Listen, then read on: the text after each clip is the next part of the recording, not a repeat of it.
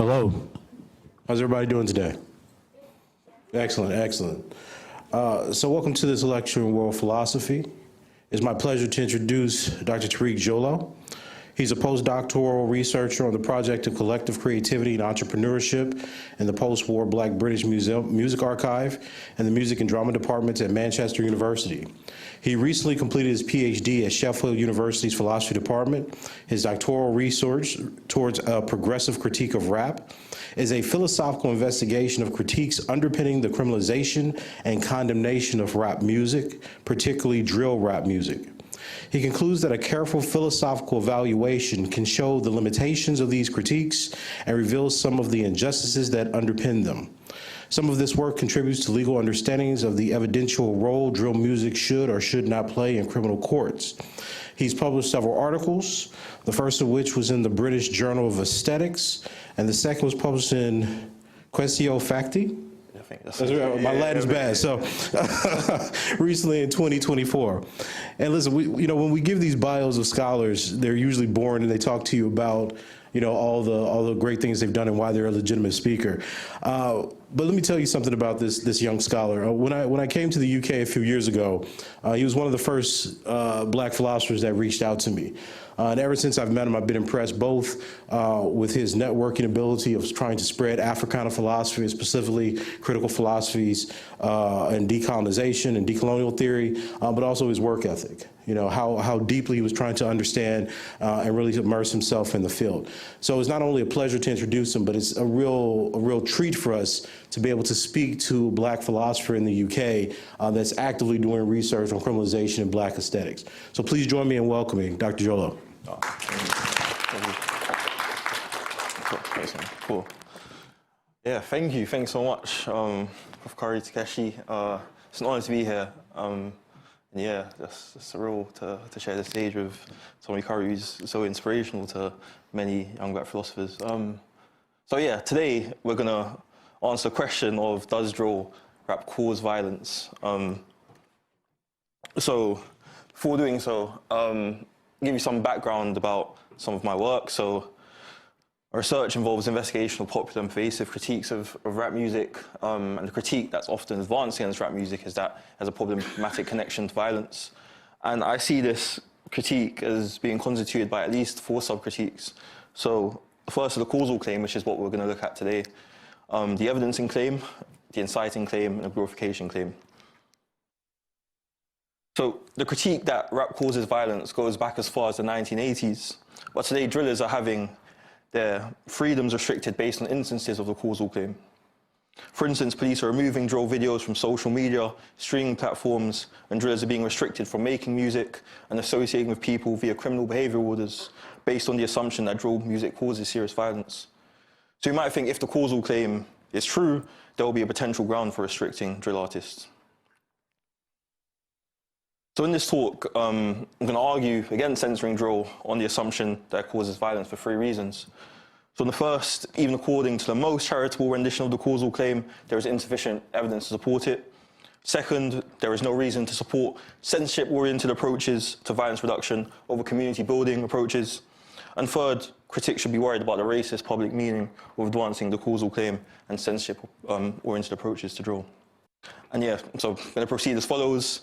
So in section 1, we're going to motivate the need for an investigation of the causal claim.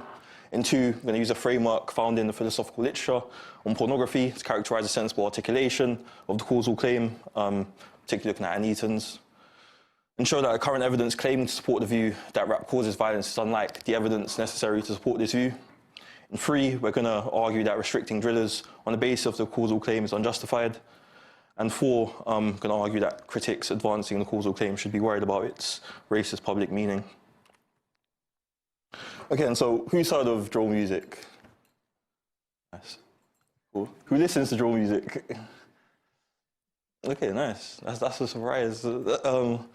Yeah, when I give this talk, not many people put their hands up.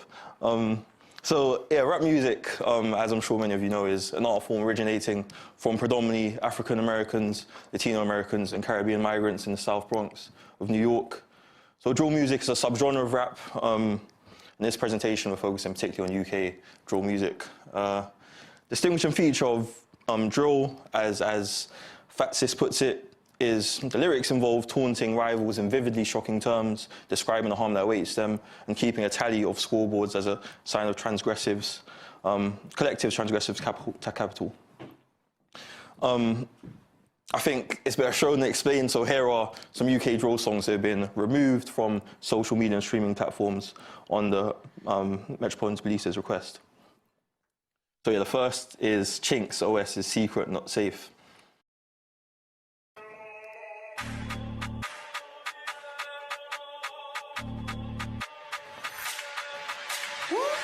Clap it. The man are still online capping. Bro, since when was everyone active? Got bang, they were lacking. Got splash dudes lacking. Got splash dudes. Okay, cool. Okay. Yeah. 4. Yeah, it's good.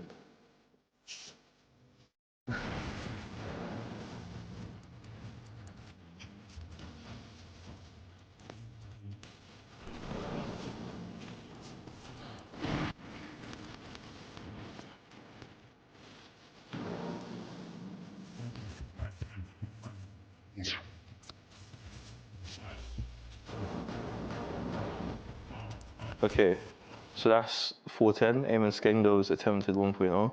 Okay, and here is the last one, no censor. Let's fast forward to the lyrics. If you don't talk about drills, they won't love no more.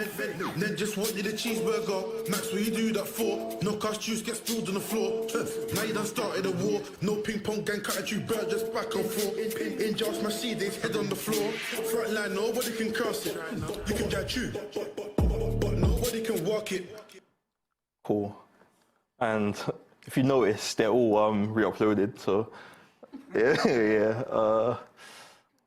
Okay, anyone recognize any of these rappers? Yeah? Okay, so these are examples of rappers who've had their lyrics criminalized, albeit in a different sense. So their criminalization has occurred as far as their lyrics have been used as evidence in criminal trials. Okay, so let's motivate the need for an investigation of causal claim. In 2018, violent crime, including knife crime in England and Wales, rose significantly, and this was followed by a media panic, often blaming drill rap for this rise. And this incentivized the head of the Metropolitan Police, Cressida Dick at the time, I'm not sure if she's still the head, to petition YouTube to remove drill content, with around 30 videos removed and some drill artists blocked from uploading. To date, 1,636 videos have been removed, at least 1,636 videos. And this was, well, Pritchard cites this number in the 2023 paper, so we're in 2025 and yeah, we think the trend's continued. And one of the Met's justifications for this practice of removal is that it removes content which covers information on gang violence and murders, which could lead to further retaliatory violence. So they're concerned with drill lyrics and videos describing stabbings and taunting rivals, and how this might raise the risk of gang violence. So in a Freedom of Information request, asking the Met to provide details about flagging to social media and music streaming companies drill videos for removal, the Met claimed that the MPS asked social media to platforms to take robust and rapid approach to removing content which is flagged as being harmful, i.e. likely to provoke or cause real-life violence. And the causal claims also reflected in a response from a spokesperson of the Home Office who responded to concerns about censorship of drill music by claiming, "We are committed to protecting freedom of expression, but a clear causing or inciting serious violence and other serious crimes is not acceptable." So I think in order to establish whether restrictions based on a causal claim are justified, critics have at least 2 tasks. So the first is that they must provide evidence that rap music causes violence, which I call the evidentiary burden. And second, they must show how, well, that restricting rappers' freedoms is justified on the basis of this evidence, call this a justificatory burden. And next, we're going to explore both burdens and argue that both burdens have not been met. Okay, so when investigating the causal claim, it may seem all that's needed to decide whether rap causes violence is empirical data, and philosophical inquiry would be useless in our endeavours. However, to avoid imprecision and to ensure I'm being most charitable to those advancing the causal claim, i.e. the police, I think frameworks specifying the precise terms in which the critique is framed, cause and harm, requires clarification. So other forms of media have also been accused of causing violence, and the popular media form that is often criticised for its alleged connection to violent harm is pornography. So there's an extensive literature on the proposed harms of pornography, and within this literature, we find frameworks that make sense of what cause and harm mean. I find the framework of Anne Eaton useful, so I'm going to set out Eaton's claims and show the relevance to the debates about rap causing violence. So Eaton theorizes cause in a non-deterministic way. She draws from methods used in epidemiology, arguably our current best cause of science, science of causes, sorry, to present a probabilistic account of causation. The process by which pornography may shape attitudes and may lead to behavior can be specified by drawing an analogy with smoking. So smoking is neither necessary nor sufficient to develop lung cancer. Still, medical experts and the general public accept as true the claim that smoking causes cancer, since it increases the likelihood of developing cancer. And more specifically, according to this notion of causation, X is a cause of Y if and only if X occurs earlier than Y, and 2, the probability of the occurrence of Y is greater given the occurrence of X than the probability of the occurrence of Y given not X. So with this notion of causation in mind, I apply Eaton's further suggestions of what a sensible rendition of the causal claim, that the claim that pornography causes harm, to the causal claim about rap. So I think a sensible rendition of the claim about rap causing violence would do the following things. It's very text heavy, my apologies, but R1, rap music, it would take on a probabilistic notion of rap, of cause. So rap music raises the chances of retaliatory gang violence depending on the context, because it depends on its relationship to other factors. That is, rap music can said to be to cause violent attitudes and behaviours if and only if the probability of offline retaliatory violence in gang-associated youth is greater given the consumption of violent antagonising rap music than the probability of exhibiting violent attitudes and behaviours if violent rap was not consumed. R2, a sensible rendition of the causal claim about rap would emphasise that the violent effects of rap music are a cumulative effect of several factors in a complex causal mechanism. For instance, youth violence would not only be as a result of drill rap, but also results of factors such as poverty, inequality, lack of opportunity, funding, lack of access to good education, drug and alcohol abuse, adverse childhood experiences, and so on. Our free causal claim about rap should be seen as pertaining to rap with antagonizing messages towards rival gangs. So the police are primarily worried about drill rap, and the police believe drill music constitutes a form of coded communication between gangs and antagonisms to raise the probability of retaliatory offline violence. So it should not be a critique of rap as a genre, since there is a lot of non-violent rap, and there is no reason to think that non-violent rap would cause violent behavior and attitudes. R4, if there is a causal connection to be implicated in a complex feedback loop, so violent rap is a result of violence in communities and nations more broadly, but it also facilitates violence in nations and communities more broadly. So a sensible rendition makes clear exactly the violent harms and effects critics are worried about. So when law enforcement blame drill rap for violence, they're worried about how rap might raise the probability of violence in the general population, but rather worried about retaliatory violence in gang-associated youth. So the men are worried about how antagonisms in drill rap music are raising the probability of offline retaliatory violence in those who are taunted, which they think leads to rising knife crime and youth violence. And lastly, R6, a sensible rendition of the claim that rap causes violence is cautious, not necessarily in favour of state intervention, since it is sensitive to the many purported harms when coming up with preventative measures. Cool. So there are important recommendations in Eaton's framework which can illuminate how anti-rap critics might verify this sensible rendition of the causal claim. So Eaton suggests anti-pornography feminists would do well to verify the harm hypothesis by employing epidemiological methods. So epidemiologists use clinical trials, ecological studies, case control, and cohort studies to determine whether there is a strong positive association between, for instance, smoking and cancer. For instance, a case control study compares the smoking histories of two groups, one with lung cancer and one without lung cancer, and cohort studies compare smokers with non-smokers, determining the rate of lung cancer in each group. To my knowledge, no studies looking to establish the causal claim about rap have employed case control or cohort studies. For instance, I've been unable to find studies that have compared the rap consumption of histories of violent criminals, including violent gang members, with non-violent criminals or those not known to have committed any crimes. Nor has my research uncovered any studies comparing the frequency of violent crimes committed by gang-associated youth, gang-associated offenders who listen to violent antagonizing rap music with those who do not listen to violent antagonizing rap. But even if we suppose through studies that meaningful correlation between drill and violence can be demonstrated, we still need to do more to establish a causal relation.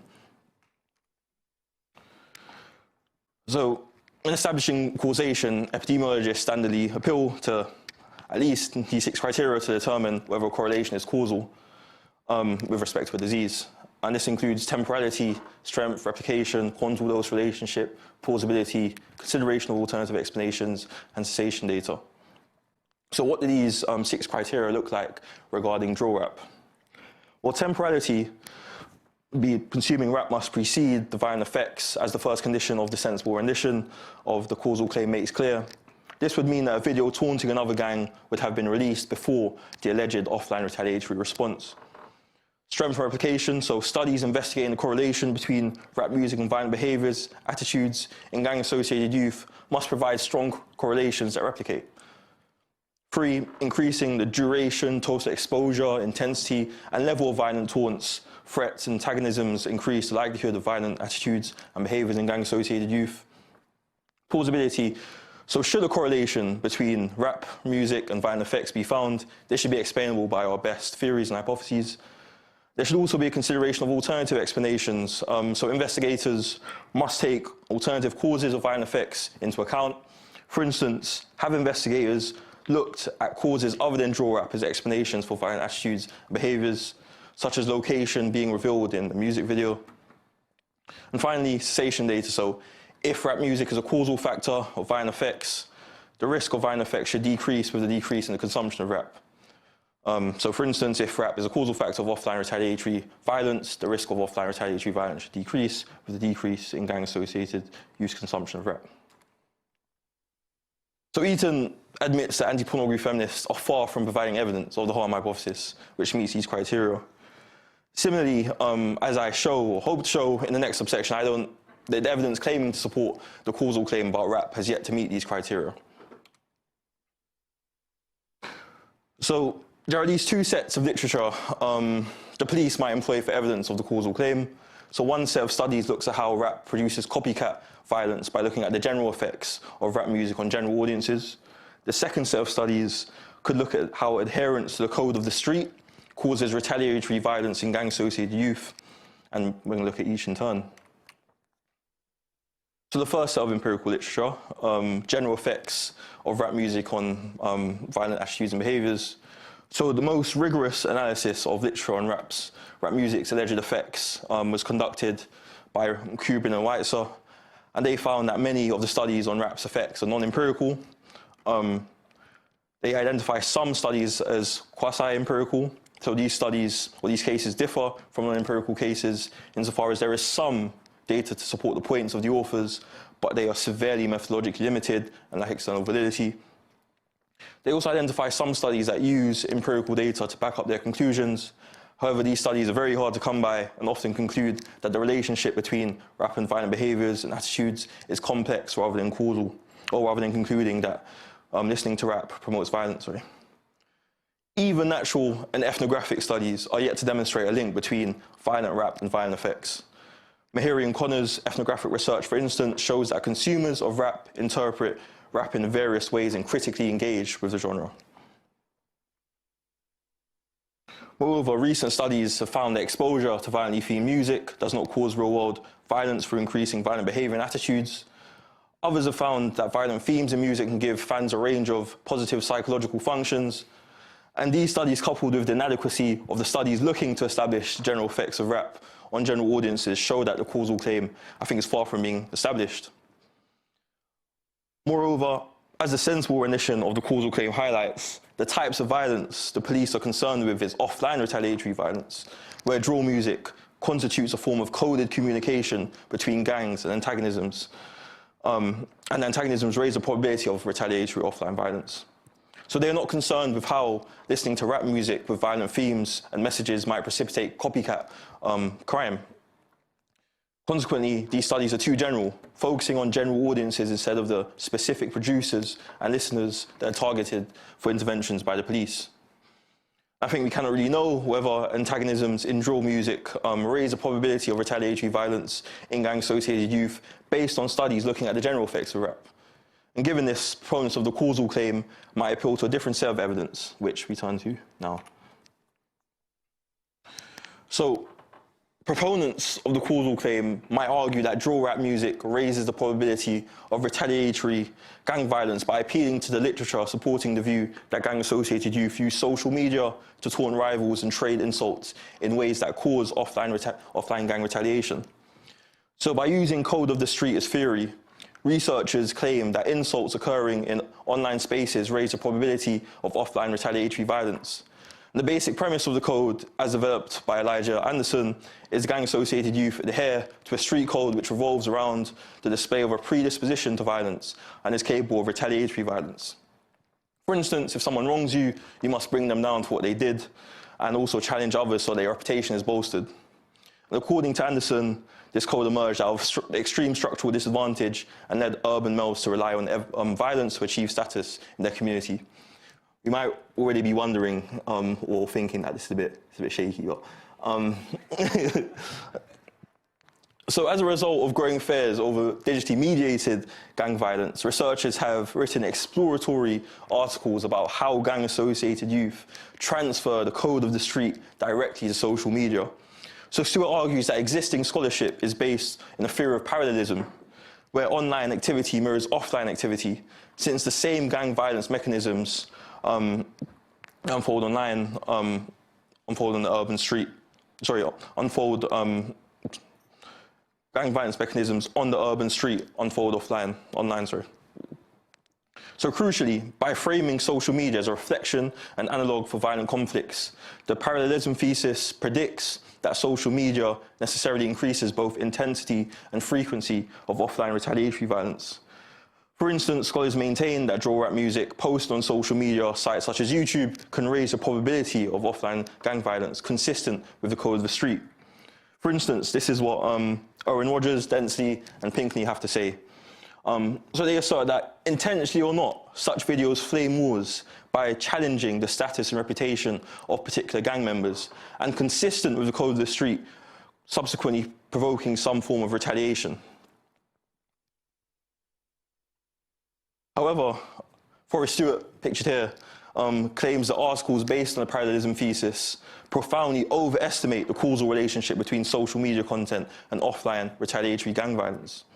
So assuming a sort of parallelism or direct positive or causal relationship between social media use and physical retaliation overlooks important opportunities for the youth to de-escalate or avoid offline gang violence. Moreover, arguing that online interactions mirror offline interactions neglects how offline conflicts are transformed by social media. So whilst gangs indeed challenge rivals online, these challenges are characterized by distinct rules, conventions, and consequences that afford new and different kinds of outcomes while constructing previous ones. Further, studies claiming to support the parallelism thesis are severely methodologically limited. So as Stewart claims, previous studies rely primarily on self-report surveys and or content analyses of disembodied social media posts several years after their creation, often asking people other than gang-associated youth to interpret the meanings and motivations of a given piece of social media content. So I think, at most, these studies provide anecdotal evidence that a piece of online content may have preceded an increase of offline violence. But to say something meaningful about drill, we need a more in-depth, or we need more than anecdotal evidence of increase in violence. We need a more in-depth analysis. So the most in-depth analysis to date is Stewart's ethnographic work. So he asserts that lacking access to such on-the-ground real-time data, existing studies are unable to determine the relationship between a given piece of social media content and physical violence that may or may not result. And this study kind of looked to remedy this. So Stewart's ethnographic research into Southside Chicago's urban youth saw him develop a relationship with gang-associated youth, and particularly a gang faction named CBE, Corner Boys Entertainment. Over a 2-year span, Stewart spent almost every day with young men of CBE who had relatively large social media followings and released drill music. So during Stewart's time with the members of CBE, they spent hours watching music videos, discussing gang rivalries, shooting dice, and generally hanging out until late evening, sometimes past sunrise. And as a result, he was immersed in their world. So we recruited 60 young men, 29 of them being members of CBE, 31, the other 31 coming from allied gang factions. So we obtained formal consent to shadow participants throughout their daily activities, spending 20 to 50 hours a week directly observing participants and taking field notes. And after leaving the field, Stewart would expand his notes, supplementing his observations with interviews on audio recorders. He enlisted participants to review each day's social media activity with him, and this included reviewing their posts and uploads, and a debrief session which focused attention on providing key data, prompts, and discussions for materials, as well as asking participants about the origin, aims, meanings, and consequences of particular online antagonism. This meant Stewart could follow feuds as they developed in real time, from online to offline spaces. And crucially, he found that gang-associated youths or individuals engage in online antagonisms as a part of an innovative and intentional effort to build violent reputations without the necessity of behaving violently offline. So we called on researchers to do better by way of providing evidence of the role that online antagonisms play on offline retaliatory behavior, since there exists no systematic data or definitive analysis to determine the precise causal relationship between social media and offline violence. So crucially, the most in-depth analysis of taunts in drill music to date, Stewart's work, provides evidence against the parallelism thesis, specifically because he uses empirical methods to show how online threats are in fact different from offline threats. As we have seen, the existing evidence drill critics can appeal to establish the causal claim is riddled with problems. The evidence in favour of the view that rap causes offline retaliatory violence looks nothing like the studies needed to show a causal relationship between drill rap music and the violence the Met are concerned with. If through case control studies, cohort studies, and ecologic studies, a meaningful relationship between rap music and violent retaliatory attitudes and behaviours can be found, proponents of the causal claim would do well to adapt these 6 criteria, so we're into C1 through C6, to show that rap music causes these violent retaliatory effects, and the evidence in this section seems to be insufficient to provide support for the claims R1 through R6. Cool. Again, so next section, justificatory burden. So I've spent some time on what a causal claim might look like and the insufficiency of evidence to establish any such connection. Thus, the evidential burden of showing that rap causes violence is far from being met. I now more briefly turn to the justificatory burden and 2 further problems with discourse about the relationship between rap and violence. The claim that censorship is a legitimate intervention, so this section, and the racist meaning, focusing on drill. According to the sensible rendition of the causal claim, to the extent that there is an empirical relationship between rap and violence, as yet unsubstantiated, it will be a complex picture in which drill music is just one causal factor amongst many. And in this section, I'm going to argue that the police intervention of censoring drill is not justified. So the first reason why the censorship intervention would not be justified is that public health approaches are shown by evidence to be more effective.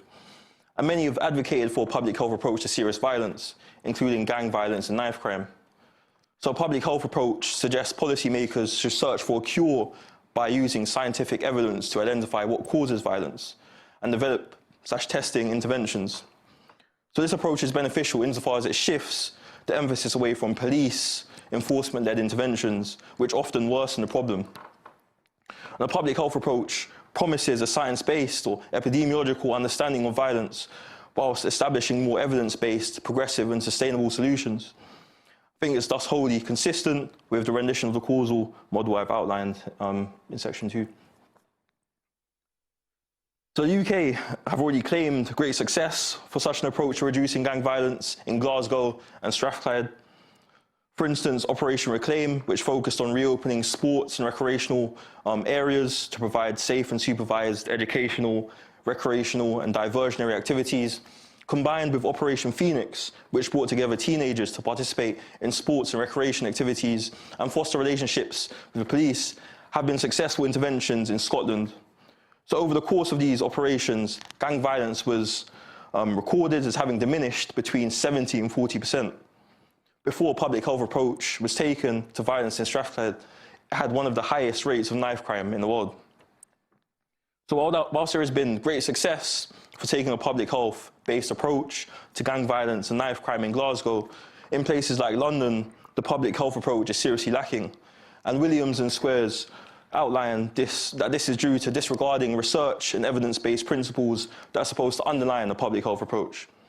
Instead, the World Health Organization noted that strategies to reduce violence in places like London are not based in research, but primarily consist of police-led interventionist approaches.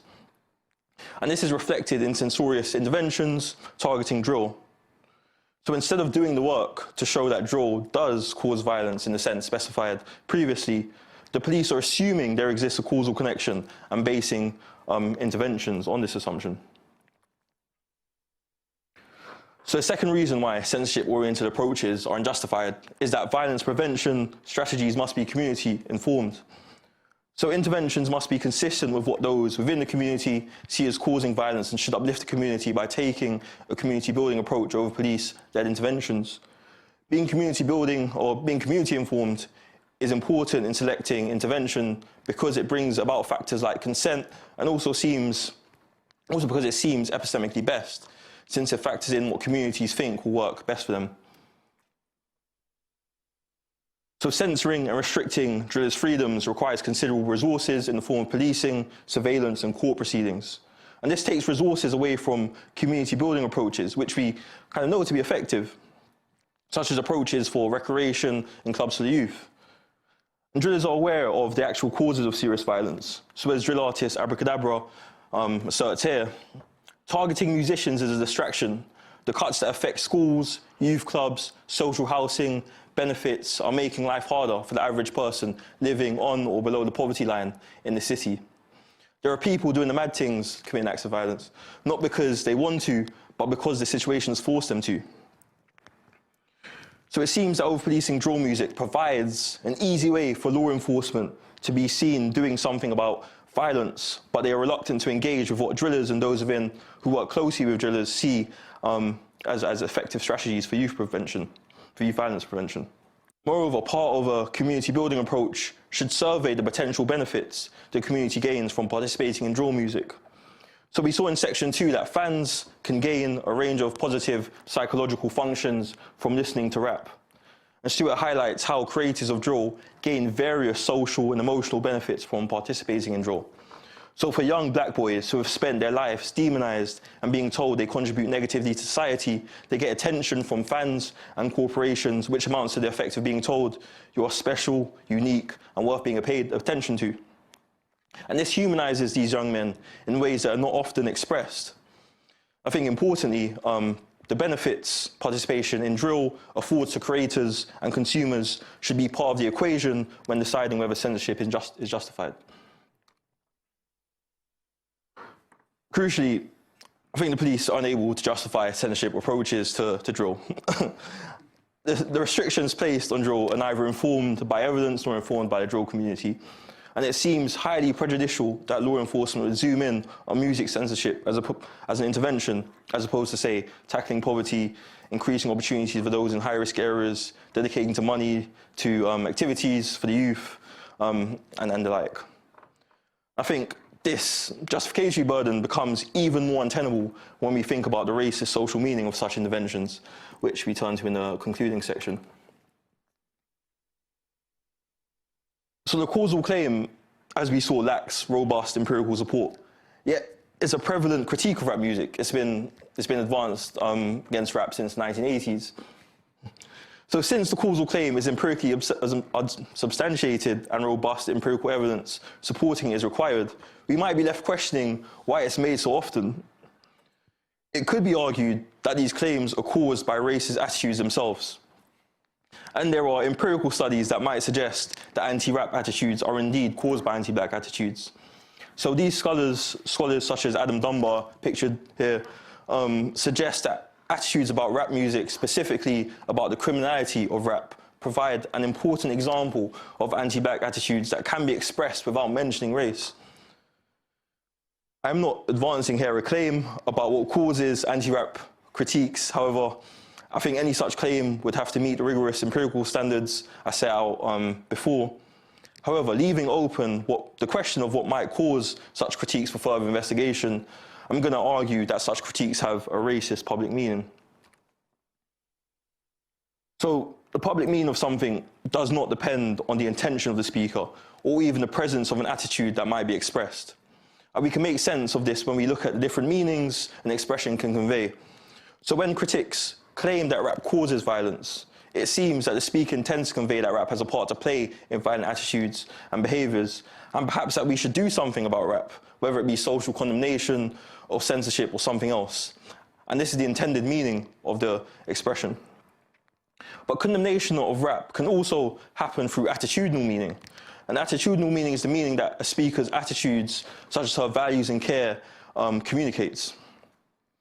So say John were to convey anti-rap attitudes in the form of the causal claim about rap music, even if John did not intend for his expression to express racist values, it might be that his expression is based in racist values nonetheless. A person's condemnatory attack of rap might express anti-black attitudes of theirs without them intending to, and this is how attitudinal meaning comes apart from intended meaning. But even in the absence of problematic anti-black attitudes, critiques of rap as causing violence might entrench anti-blackness when we explore the public meaning of an expression. So the public meaning is the meaning that others can justifiably attribute to our acts given the context in which we perform them. A key issue with prejudicial public meanings is that it sends prejudicial messages or reinforces prejudicial stereotypes. And this meaning comes apart from the intended attitudinal meaning. For instance, were a white person to interrupt a black person in an important Teams meeting, in a white supremacist institution, it seems reasonable to understand this expression as expressing racism, this interruption as expressing racism, denigration of black people, regardless of what we think the attitudes and intentions of the person are. The problem here is that the person's actions reinforce racism, and crucially, the interruption can have a racist public meaning, even if it lacks intentional or an attitudinal meaning that is racist. There is a rich literature in philosophy highlighting the importance of social public meaning in a range of contexts. And yeah, I'm using the terms interchangeably in case you haven't noticed. And Robin Zeng argues that when we focus on the effects of racial fetish in a racially stratified world, rather than whether racial fetish is caused by negative racial stereotypes, racial fetishes can be objectionable. So Zeng asserts that publicly expressing racial fetishes such as yellow fever, which is a preference for Asian women, can have a racist public meaning even if not caused by racist attitudes.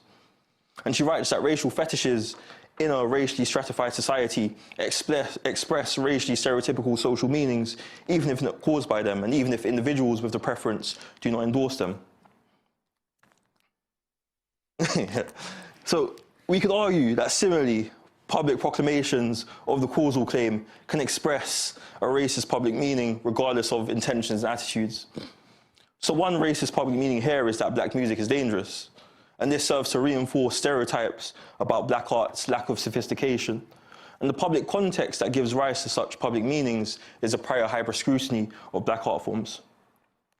But another racist public meaning here is that young black men are dangerous, and this serves to reinforce stereotypes about young black male criminality.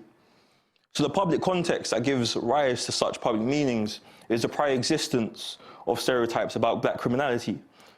When rap music is singled out and positioned as a cause of urban violence, this positions young black men as a threat to society and the civic mainstream.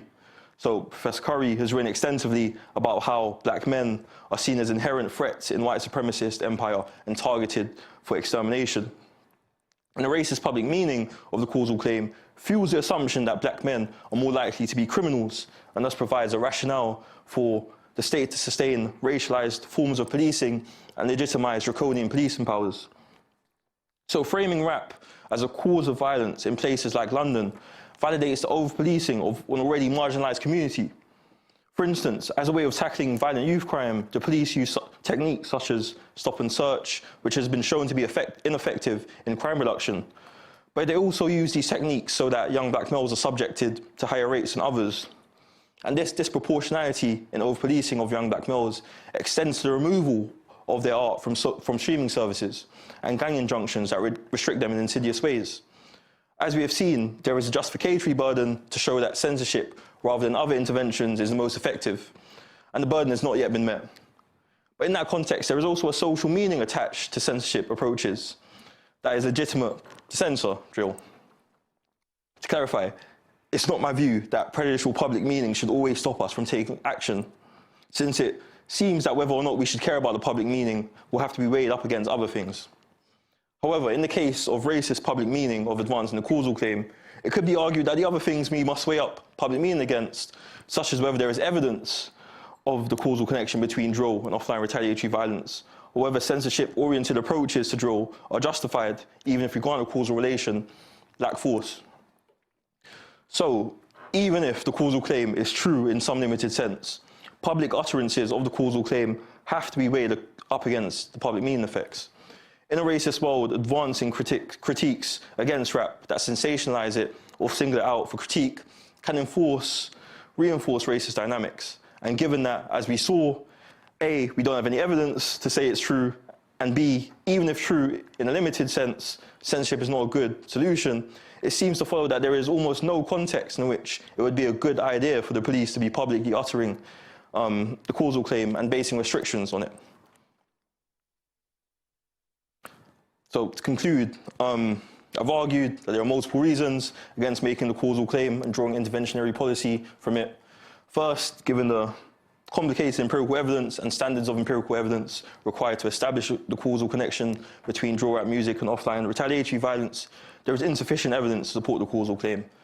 Second, the censorship-oriented approaches to tackling youth crime that law enforcement have taken is unjustified by the causal claim, even on the most charitable rendition of it, and potentially damaging because it risks not reducing the violence in the most efficient ways. And finally, both the causal claim and interventionist censorship approaches in response are particularly problematic given their damaging social meanings. So I think given what's at stake, the police need to do better, we need to do better, both in establishing the cause of violence and in formulating responses to address it. And yeah, that's the end.